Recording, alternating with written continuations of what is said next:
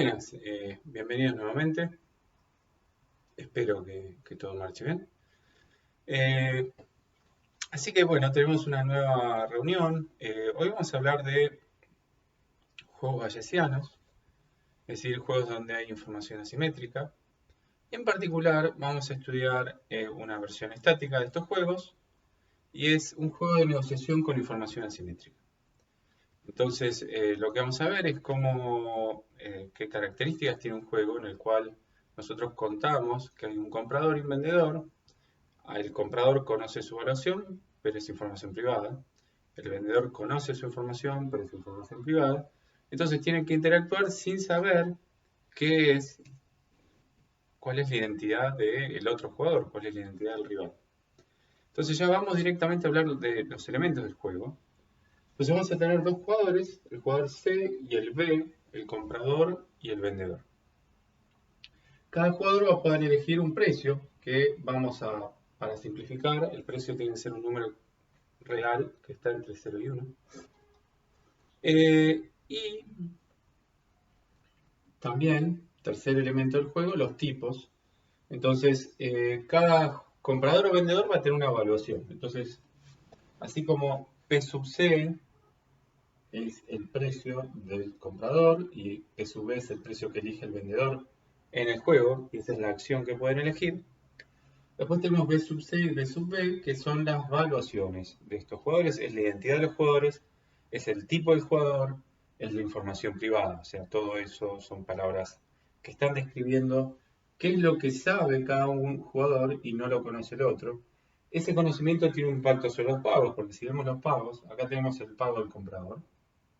En este juego el pago del comprador es cero si no hay intercambio. ¿Cuándo no hay intercambio? Si el precio que ofrece el comprador está por debajo del precio que demanda el vendedor. Ahora, si el precio que ofrece el comprador es al menos igual o quizás supera al precio que exige el vendedor, entonces lo que tenemos es que el pago del comprador es igual a su valuación neta del precio que paga. El precio que paga es el promedio de los precios. Entonces, tenemos esa descripción del comprador que dice que en el fondo va a haber como un espejo para el caso del vendedor. En el caso del vendedor, disculpen que se borró un poco esto.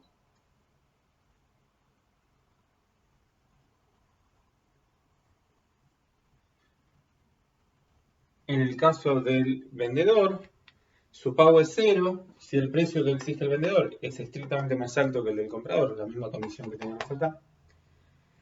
Y resulta ser igual a la diferencia entre el precio y su evaluación si se produce una venta, es decir, si el precio que ofrece el comprador es al menos tan grande como el precio del vendedor. O sea, lo que tenemos acá es un juego donde hay reglas muy claras, ¿no? Entonces, quizás algunas palabras sobre esto. Entonces, una negociación es, en principio, en el mundo real, las negociaciones toman muchas formas que quizás es difícil de formalizar, son muy complejas. Acá proponemos un protocolo muy claro de negociación. Vamos a pensar que simultáneamente el comprador y el vendedor ofrecen un precio. Y los resultados van a ser, hay transacción al precio promedio, si los precios son compatibles. Entonces el comprador paga ese monto. Entonces esto lo podemos llamar precio. Pero fíjense que el precio depende de lo que dice cada uno. Y lo mismo acá, ¿no? Este es el precio. Entonces tenemos un protocolo de negociación que nos dice cuándo hay transacción y nos dice cuál es el precio en función de lo que hace cada uno. Nuevamente es una simplificación, suponer que ese protocolo está tan claro. Y también es una simplificación olvidarnos del tiempo. Entonces, por supuesto, uno puede pensar en extensiones de juegos de información asimétrica en el cual hay tiempo, hay intercambios que se van desarrollando en el tiempo, y también uno puede pensar en otros protocolos de negociación. Por supuesto, este es un buen primer paso y de este análisis van a surgir unos cuantos mensajes que son útiles y se puede mostrar que esos resultados son útiles en general, o sea que se cumplen en otros contextos. Entonces, nos falta un último elemento, repasemos los elementos del juego. Tenemos jugadores, acciones, tipos de jugadores, entonces cada jugador tiene muchos tipos. Entonces este es un juego donde la simetría de información va en los dos sentidos. Después tenemos los pagos y finalmente las creencias. Entonces, ¿qué es lo que piensa un jugador acerca del otro? Lo que vamos a suponer es que las creencias están asociadas a una distribución uniforme 0,1. Es decir, el comprador cree que la evaluación del vendedor está distribuida uniformemente en el intervalo 0,1. El vendedor cree que el comprador tiene una evaluación que está distribuida uniformemente en el intervalo 0,1. Entonces, eso es lo que podemos decir con respecto a el juego. O sea que acá describimos completamente el juego.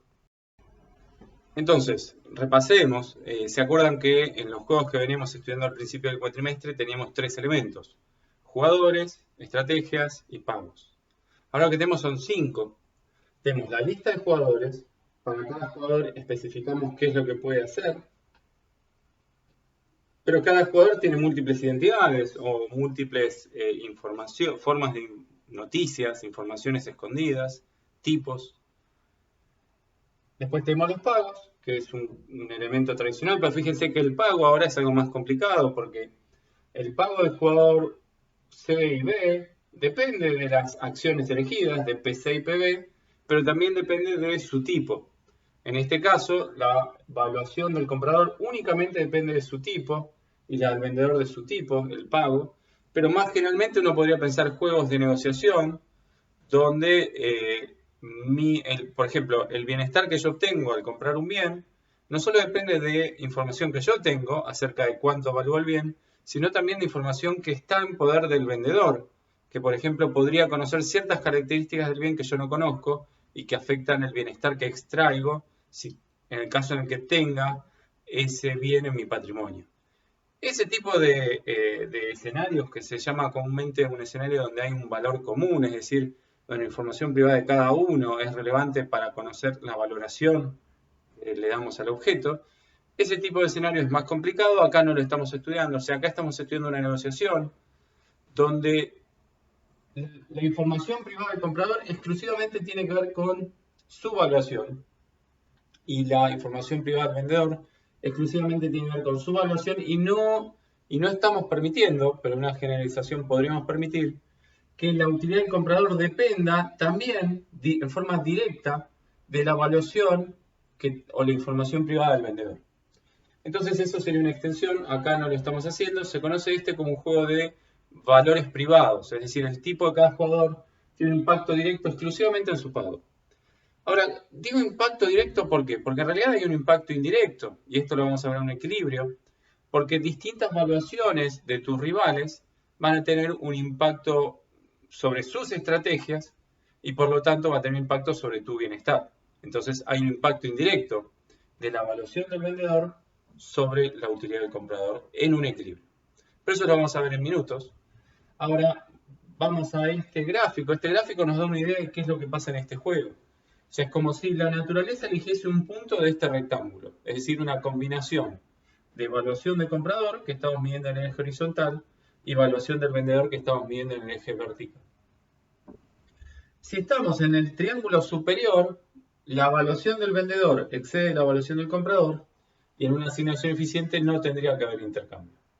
Si la naturaleza elige un punto del triángulo inferior, la evaluación del comprador excede la evaluación del vendedor y en una asignación eficiente debería haber intercambio. Entonces, una pregunta es si en equilibrio vamos a tener una asignación eficiente. Y si la asignación no es eficiente, ¿qué tipo de ineficiencia se verifica? La respuesta general es muy general y excede este juego, o sea, podemos pensar muchos juegos con un montón de generalizaciones, verdaderamente muy grande, o sea, considerando distintos protocolos de negociación, distintas distribuciones de probabilidad, el resultado es negativo. En escenarios parecidos a estos, pero muy generalizados, no existe ningún equilibrio en el cual la asignación es siempre eficiente.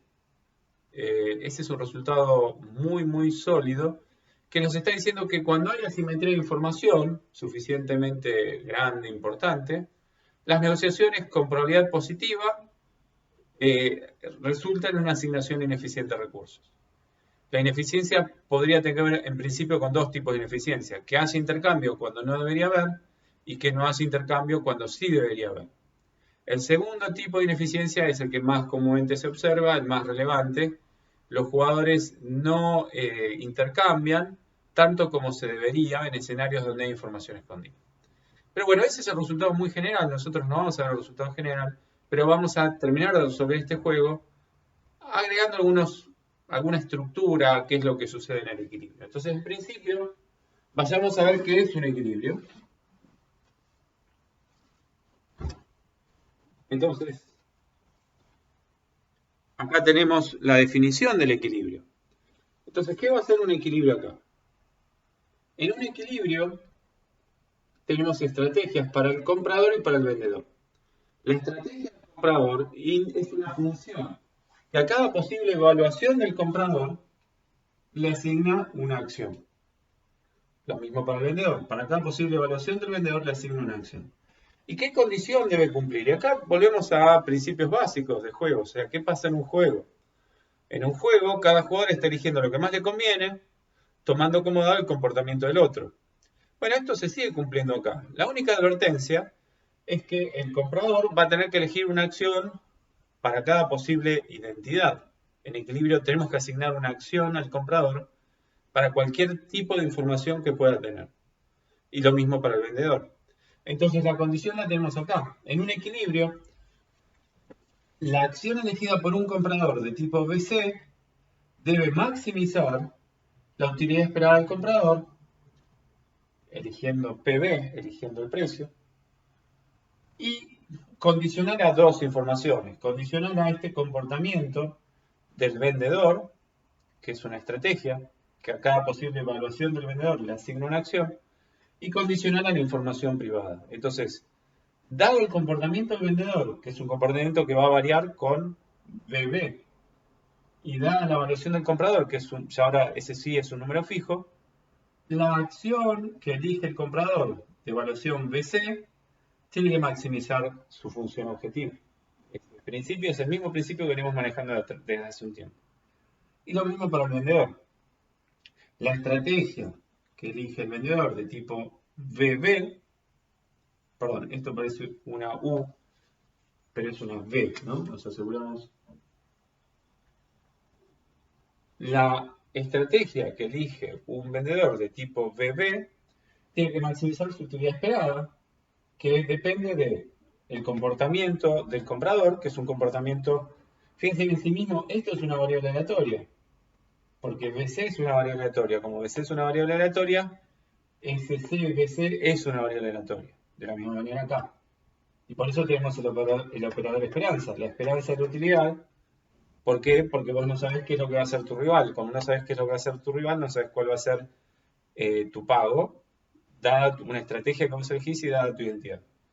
Entonces acá maximiza la utilidad del vendedor, que depende del comportamiento del comprador, depende del precio elegido, perdón, y acá es... Bien, me di cuenta una cuestión de notación. Estoy usando la B larga, que es por buyer en inglés. Nosotros queremos usar comprador.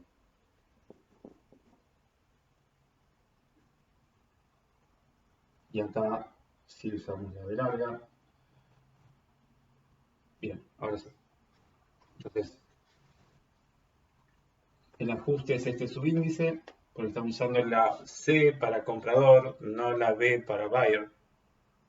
Y acá tenemos la B corta, que nos está diciendo que la acción que elige un vendedor de tipo BB tiene que maximizar su utilidad esperada con respecto a PB, dado BB, la identidad del vendedor, y dado el comportamiento del otro. Entonces, en principio, esa es la definición de un equilibrio. Un equilibrio debe satisfacer estas condiciones y vale la pena acordar, esto es verdad para toda posible valuación del comprador y esto es verdad para toda posible valuación del vendedor. Entonces, habiendo hecho esta descripción general de qué es un equilibrio, en realidad acá lo que se puede ver es que hay muchos posibles equilibrios en este juego. Nosotros nos vamos a concentrar ahora en un tipo de equilibrio particular. Entonces, dado que hay muchos posibles equilibrios, tiene sentido concentrarse en alguno. Entonces, nosotros vamos a considerar un caso particular. Es decir, hay muchas posibles formas de estas funciones.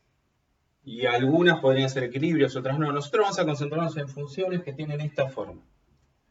La estrategia elegida por un comprador de tipo BC va a ser igual a una constante A sub C más B sub C, que es otra constante que va a ser la pendiente, y B sub C, que es la evaluación. Entonces tenemos una forma funcional sencilla y otra forma funcional muy parecida para el vendedor.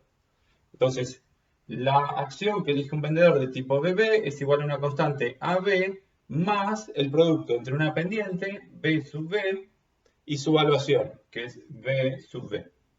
Entonces tenemos un exceso de B's y B's, pero calculo que se entiende.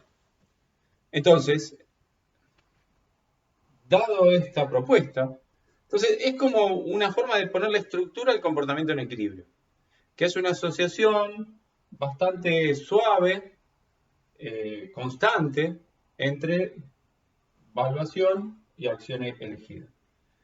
Es arbitrario y uno necesariamente le gustaría explorar variaciones. Nosotros vamos a resolver este caso y considerar alguno más sencillo, pero la advertencia es, este no es el único tipo de equilibrio. Pero vamos a ver cómo sería este tipo de equilibrio.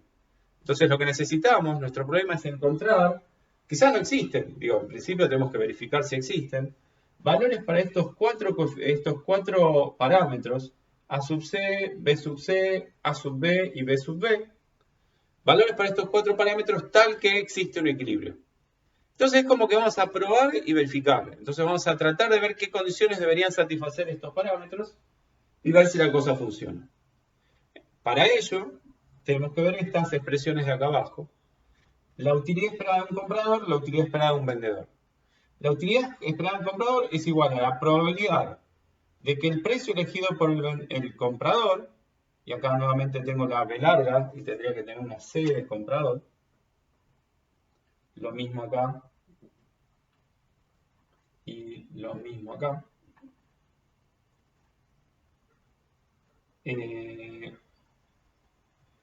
Acá estoy advirtiendo problemas en la expresión porque esto debería ser, me estoy dando cuenta que estuve confundiéndome los subíndices, entonces esto es el vendedor y este es el comprador.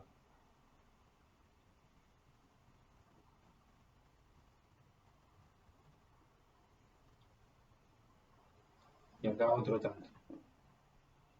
Esto es B sub C, pero esto es el vendedor. Bueno, ahora creo que está arreglado. Entonces, lo que tenemos acá es que la utilidad esperada del comprador es igual a la probabilidad de que haya un intercambio, la probabilidad de que P sub C, el precio que elige, supere el precio que elige el vendedor. Fíjense que esto es incierto porque esta es una variable aleatoria. Multiplicada por la utilidad esperada condicional a este escenario, condicional a que P sub C es mayor o igual al precio elegido por el vendedor. Entonces la utilidad esperada no es otra cosa más que su evaluación menos el precio. Y el precio es el promedio entre el precio elegido por el comprador y el precio elegido por el vendedor. Similarmente, para el vendedor, la utilidad esperada del vendedor es igual a la probabilidad de que el precio elegido por el vendedor esté por debajo, menor o igual al precio elegido por el comprador, que desde el punto de vista del vendedor, esta es la variable aleatoria, B sub C, y por lo tanto el precio del comprador es una variable aleatoria, multiplicada por la esperanza de que la esperanza de su utilidad, la diferencia entre precio y evaluación, condicional a cada intercambio. Entonces tenemos dos funciones objetivos bien definidas. Entonces la tarea que queda, y esto los invito a ustedes a tratar de resolver, es trabajar con estas expresiones. Fíjense que en cada caso la variable aleatoria está distribuida uniformemente en el intervalo 0,1. Entonces una probabilidad de una variable aleatoria que está distribuida uniforme en el intervalo 0,1 es algo que podemos resolver con cierta facilidad. Perdón. Lo que estamos diciendo es B sub B y B sub C están distribuidas uniformemente en el intervalo 0,1. Y a partir de ahí ustedes tienen que avanzar. Y acá otro tanto, tiene que empezar la esperanza condicional, donde B sub B y B sub C, estas dos son variables aleatorias distribuidas uniformemente en el intervalo 0,1. Entonces estamos restringiendo los valores. De vuelta, B sub C y B sub B son las variables aleatorias en cada caso. Entonces los invito a trabajar con estas expresiones, encontrar condiciones de primer orden y avanzar en la resolución del ejercicio. Eventualmente lo que queremos encontrar son los valores de estos 4 parámetros.